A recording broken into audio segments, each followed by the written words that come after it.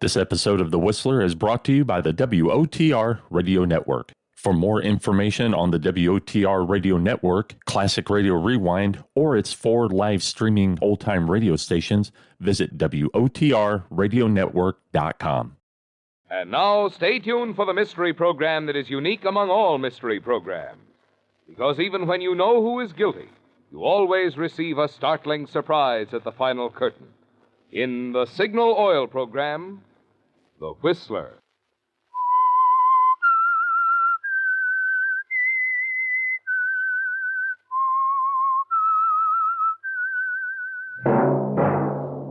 Signal, the famous Go Farther gasoline, invite you to sit back and enjoy another strange story by The Whistler.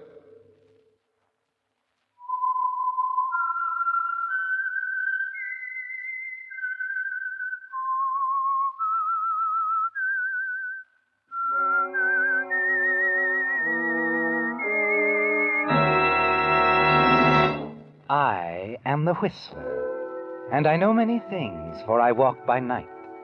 I know many strange tales hidden in the hearts of men and women who have stepped into the shadows. Yes, I know the nameless terrors of which they dare not speak. And now for the Signal Oil Company, The Whistler's strange story. Till Death Do Us Part.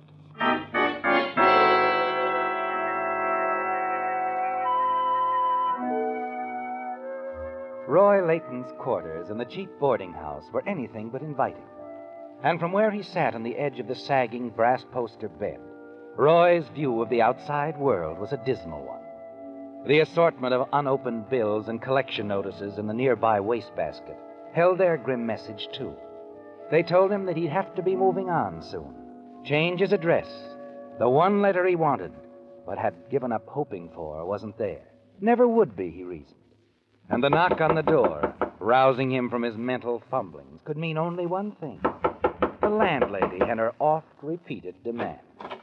I'm back again, Mr. Layton, to ask you once and for all, do you have... The rent money. I know. Well, it's like this, Mrs. Fazackery. I know how it is. I can see. I have eyes. Then there's no use talking. You know that the minute I hear from my You've uncle... been saying that for months now. The minute you hear from your Uncle Morton in Mexico. Well, I'm tired of that, too. Tired of hearing of an uncle that, for all I know, might not even exist. Oh, you're so sweet. A real doll. I'm sorry about the rent. Now, if you'll excuse me, I'm going out to get a breath of air. Good night, Mrs. Fazackery. I'd appreciate it if you'd fix the latch while I'm out. I'll fix the latch. I'll weld it shut. That's what I'll do.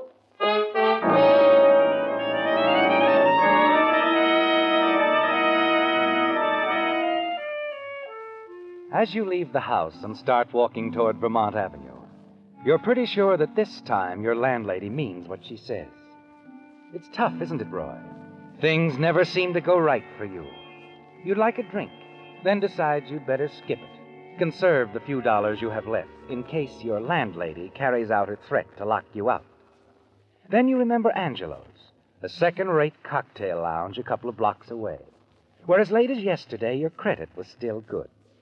But once there, you find things have changed at Angelo's, too. Mac, the bartender, is even slower than usual in coming over to you. Sorry, And kid. when he does... No dice. Huh? What are you talking about, Mac? I didn't even order. Well, I thought I'd save you the trouble. Angelo says no more stuff on the cuff.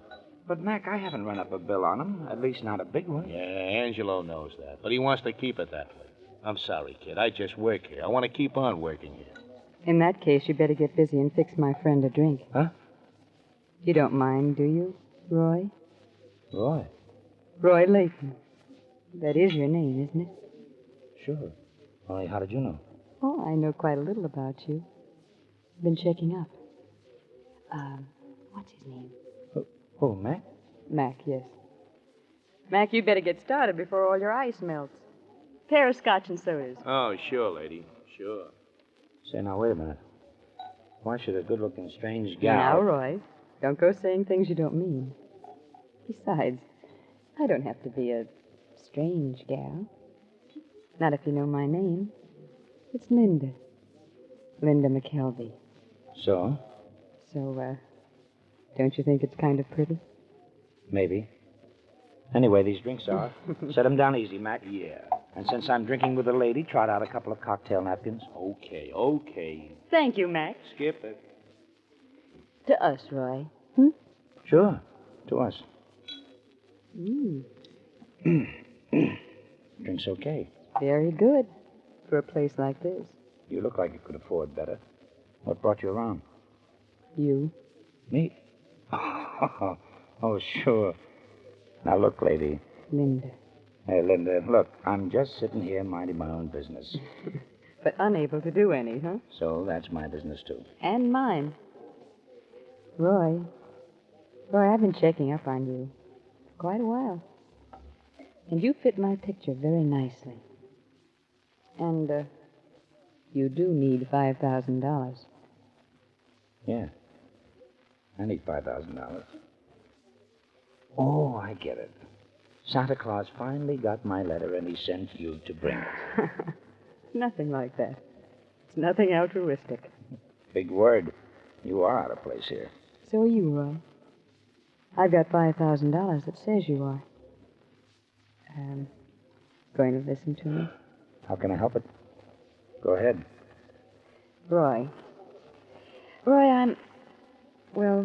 I'm used to nice things. Mm-hmm. To be crass, I like money. My share, I mean. Maybe even a little bit more. I guess I'm just not a very nice person. Not many of my friends are. But I'm still listening. Fair enough. Oh, how about going somewhere else, huh? My car's parked outside. Okay, lady. Linda. And you'd better get used to it.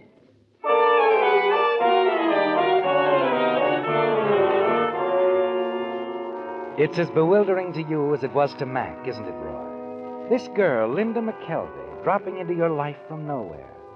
Talking in circles and buying rounds of drinks. You wonder when the dream will turn into a nightmare. When she's going to give you the name of the bank she once held up. But it's nothing like that, is it? And sitting beside her in the car, you finally get the complete picture. It's a little fantastic. You want her to repeat parts of it. And then it's all quite clear. You really mean it? You want me to marry you, and you'll pay me $5,000? Now, is it such a difficult assignment? No, but... But you still can't see why, huh? All right, I'll run through it again. As many times as you want to hear it, Roy. I've got to have a husband. A legal, honest-to-goodness man about the house. And you've got to have him, me, by this certain date you mentioned. Yes, my 25th birthday, 2 months from now. It's all simple enough. And rich. Very rich. According to his will, if I marry on or before my 25th birthday, I inherit over $250,000. And if I don't, everything goes to charity. And you are your favorite charity. I certainly am. But why me, Linda? You could have lots of guys. I don't want lots of guys. Oh, now, wait a minute. You don't know me from Adam.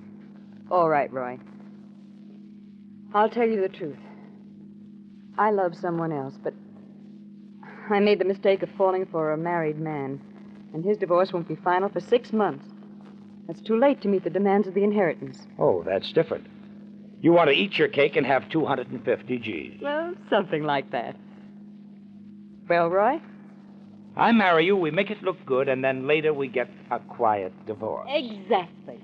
You're $5,000 richer, and nobody's the wiser. Once I've got the money, there's nothing anybody can do about it. What do you say, Roy? I say I wish I had a rich uncle.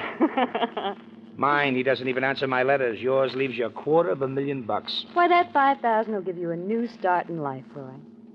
And until we're divorced, why, you'll dress well and live quite comfortably in Mr. and Mrs. Roy Layton's apartment. Well, must I on bended knee? Find the preacher, honey. I'll do anything for money. Flatterer.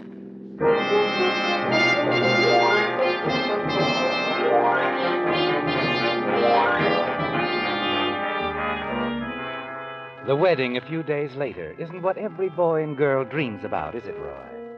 But the hollow words the pair of you speak are just as binding in a legal sense.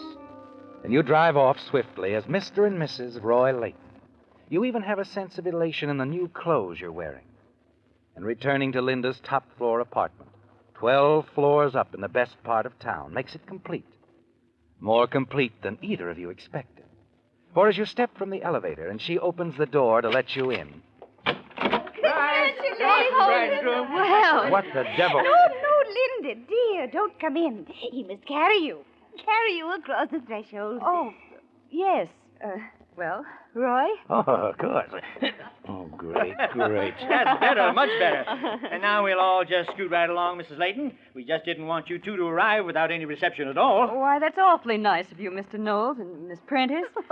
Not at all. I enjoyed it. Also romantic. This is Roy, my husband. Nice to meet you. You'll forgive us, won't you, Mrs. Layton? We just wanted you to know your neighbors are happy for you. Why, of course. It was nice of you all to think about it. Well, we'll be running along. Good night. Good night. Good night. And drop in and see us any time, Mr. Knowles. Good night. Wow. How did they get in here? Mr. Knowles manages the apartment. Oh. Wow. Incidentally, it's some layout. As I told you, I like nice things, Roy. Yeah. You know that Miss Prentice? We'll have to watch her. She's the inquisitive type. Wait. She can help us in a way. Her balcony adjoins this one. It won't hurt a bit to let her see us out there once in a while looking over the city.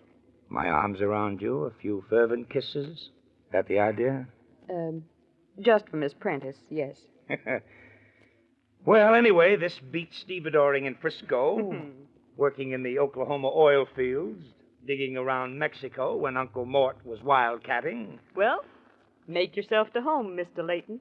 Okay, Mrs. Layton, I'll do just that.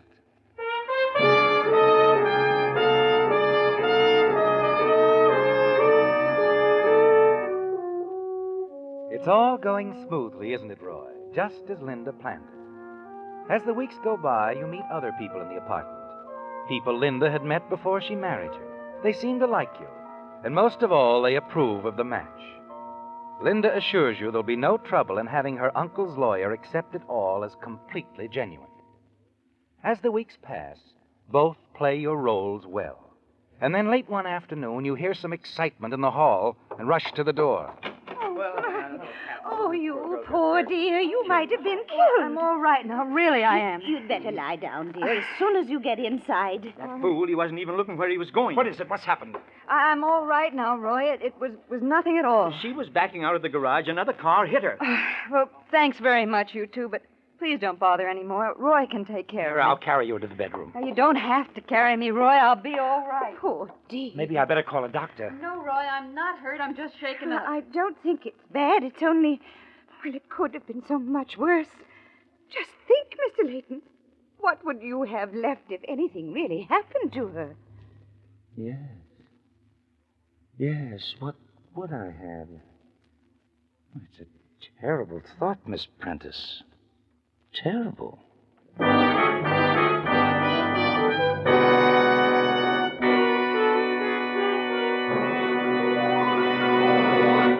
If rising prices have given you the idea that pennies have lost their purchasing power, folks, you haven't tried Signal Ethyl gasoline. Now, here's why I say that. For pennies extra, you can enjoy the premium quality of Signal's famous Go Farther gasoline. But what a wonderful extra dividend those pennies return in driving pleasure. An extra you can feel and hear and see. Yes, with Signal Ethyl powering your motor, you can see your car step out front when the traffic light goes green. On Signal Ethyl Diet, you'll hear your engine purr contentedly as you soar effortlessly up hills where pings force other cars to shift. And should an emergency call for swift acceleration, you'll feel the way your motor takes hold with smooth, eager power on Signal Ethyl. When a tank full of this Signal super fuel is all it takes to discover the best performance your car can deliver, don't you think you owe it a try? My guess is you'll say Signal Ethyl is the best investment you've ever made in driving pleasure.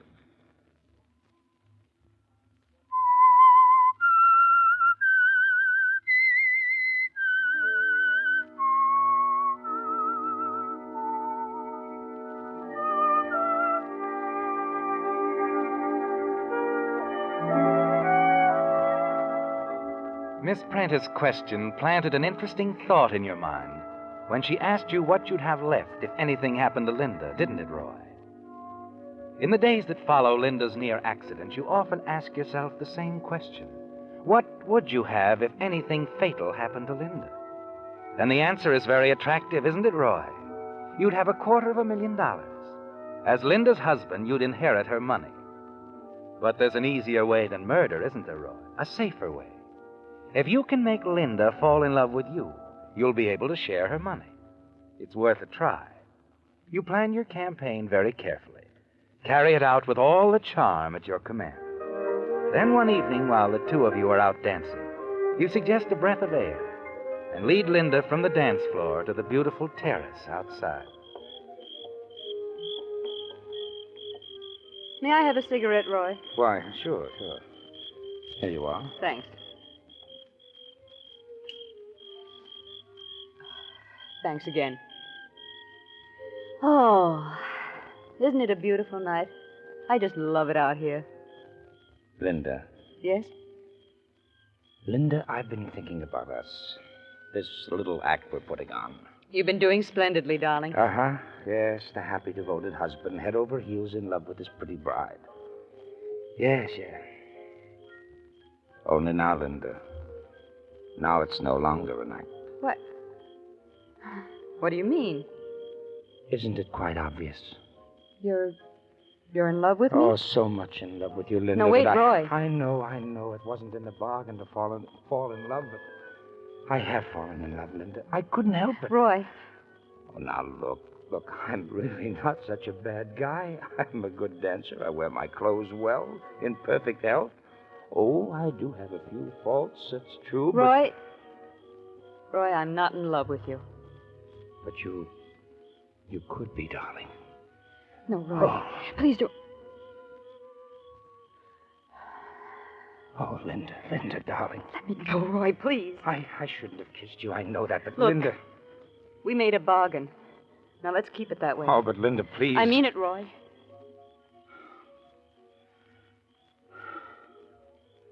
Okay. I'm sorry, but that's the way it's got to be. Yeah. I'm sorry, too. Very sorry.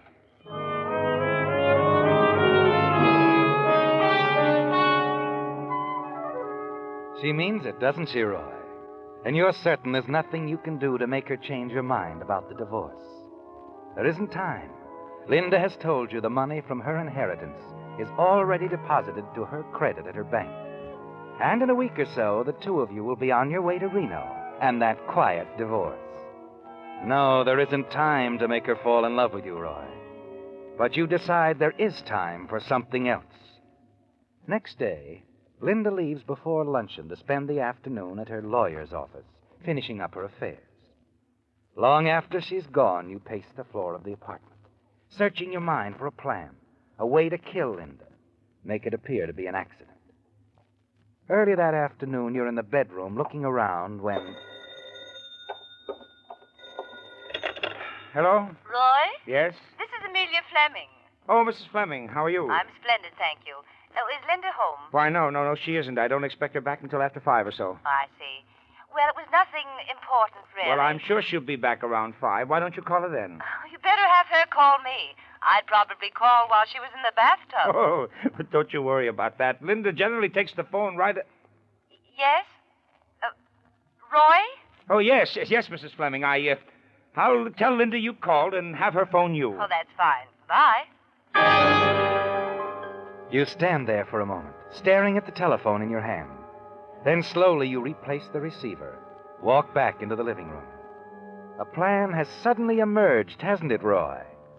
A telephone, a loose wire, and a bathtub full of water. You've read of it happening, and you're sure there's no reason why it can't work. And by the time Linda returns shortly after 5, you've arranged everything. You wait until you hear the bath water running. Then you call out to her in the bedroom. Linda, Yes? I'm going out for a few minutes. Fresh out of cigarettes. Can I get you anything? Not a thing, Roy. I'll be back soon. No hurry. I'm going to soak in the tub for a while.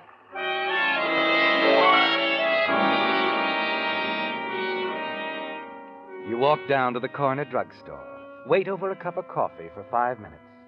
Then you step to the phone booth. But there's someone inside. You look at your watch and return to the counter. 5 minutes go by, and then 10. And then the booth door opens, and the woman who had been monopolizing the phone walks away. There's still time, isn't there, Roy? You're certain of that. Linda will still be in the tub. The phone on the stand within easy reach. When she answers it, the loose wire will pull away from the receiver and fall into the tub of water. Hello? Linda? Linda?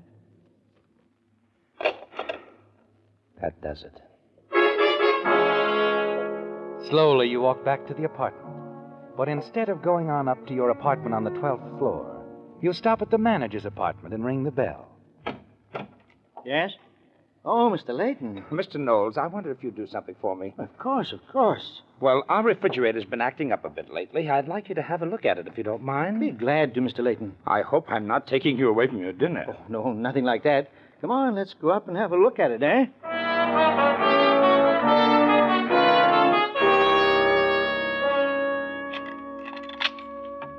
It seems like it's been running a lot more than it should. That's so?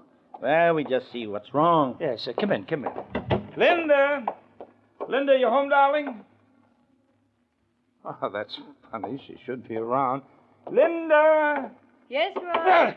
Linda. Why, what's the matter, Roy? Oh, nothing. It's just that you answered so suddenly, that's all. Oh, good evening, Mr. Knowles. Good evening, ma'am. I asked Mr. Knowles up to have a look at our refrigerator, Linda. You know it hasn't been acting right. Oh, hasn't it? No, it hasn't. Well, I'm awfully glad you're here, Mr. Knowles. I was about to come downstairs to ask you to call the telephone company. Something rather startling just happened. It scared me to death. Well, what's that, ma'am? Well, I'd just gotten out of my tub when the phone rang. It was on the stand in the bathroom, and I picked up the receiver, and, why, the wire just slipped out. It fell into the tub. Say, we better see about that right away. Good thing you weren't in the tub when it happened, Mrs. Layton. Well, I should say so. I might have been electrocuted.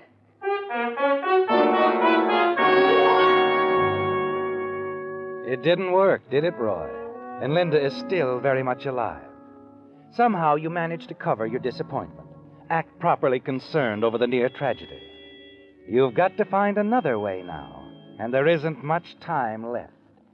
It's after dinner that the idea comes to you. Perfect, isn't it, Roy? And this time you'll make certain, while Linda is busy in the kitchen, you slip out onto the balcony, take a wrench, and loosen the bolts on the handrail. If Linda leans against the rail, your problem is solved. Not a light push, just the slightest jar will accomplish your purpose. And Linda's money will belong to you.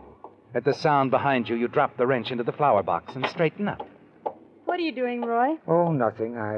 Just looking for my cufflink. I must have dropped it here somewhere. Oh, Roy, I meant to tell you. While I was downtown today, I made plane reservations for tomorrow. We'll be leaving in the afternoon, 4:00. Oh, I see. So this is our last evening here. I'm afraid so. Well, I'm going to miss all this, Linda. You won't change your mind, I suppose? I mean, about us. No, Roy. I won't change my mind. All right. Well, say, how about a drink out here on the balcony, huh? One last look at the city of Los Angeles together. Why, Roy, I think that's a wonderful idea. All right, you just stay right here, Linda. I'll get the drinks. Our farewell drink.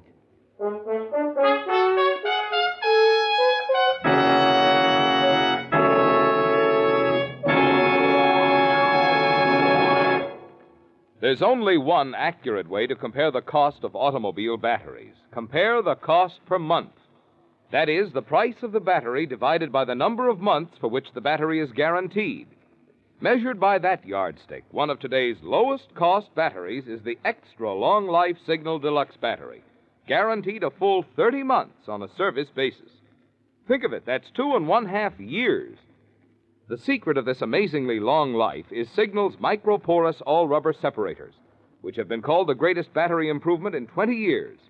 Because these unique separators hold twice as much acid solution between the plates, you get up to 35% more power for quicker starting, plus plenty to spare for your radio and the other electrical gadgets on today's cars.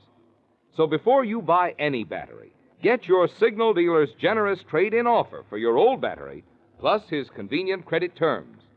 See for yourself that it actually costs less per month to enjoy the quicker starting, the long, trouble-free performance of today's finest battery, the Signal Deluxe battery.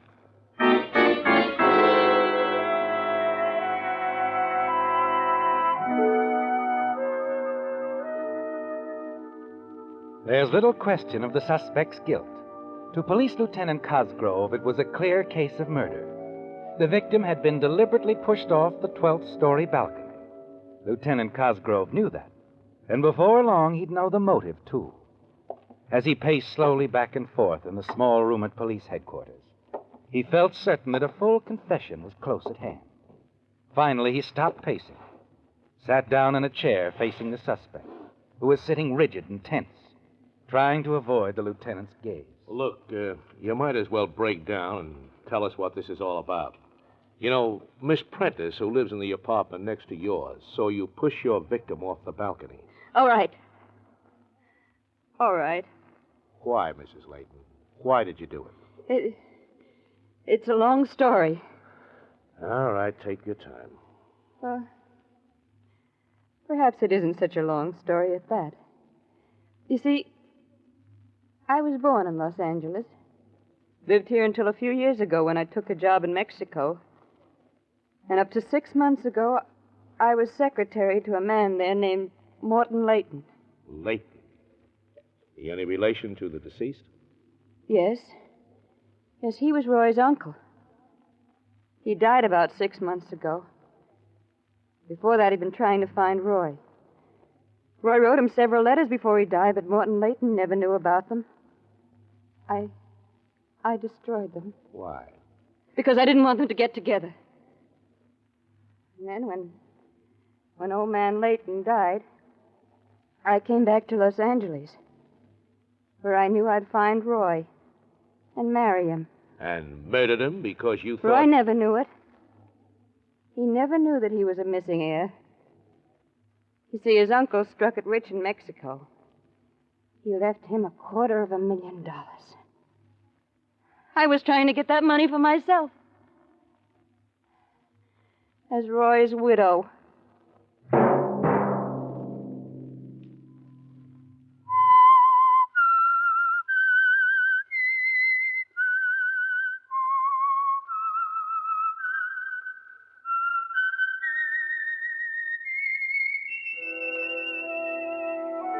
Let that whistle be your signal for the Signal Oil program, The Whistler, each Sunday night at this same time.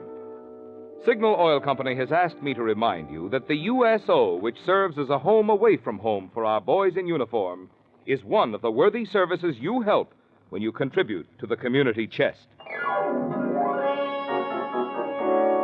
Featured in tonight's story were Bill Foreman, Wally Mayer, and Gene Spaulding. The Whistler was produced and directed by George W. Allen, with story by Joel Malone, music by Wilbur Hatch, and was transmitted to our troops overseas by the Armed Forces Radio Service. The Whistler is entirely fictional. All characters portrayed on The Whistler are also fictional. Any similarity of names or resemblance to persons living or dead is purely coincidental. Remember at the same time next Sunday, another strange tale by The Whistler. Marvin Miller speaking for the Signal Oil Company. Stay tuned for Our Miss Brooks, starring Eve Arden, which follows immediately over most of these stations. This is CBS, the Columbia Broadcasting System.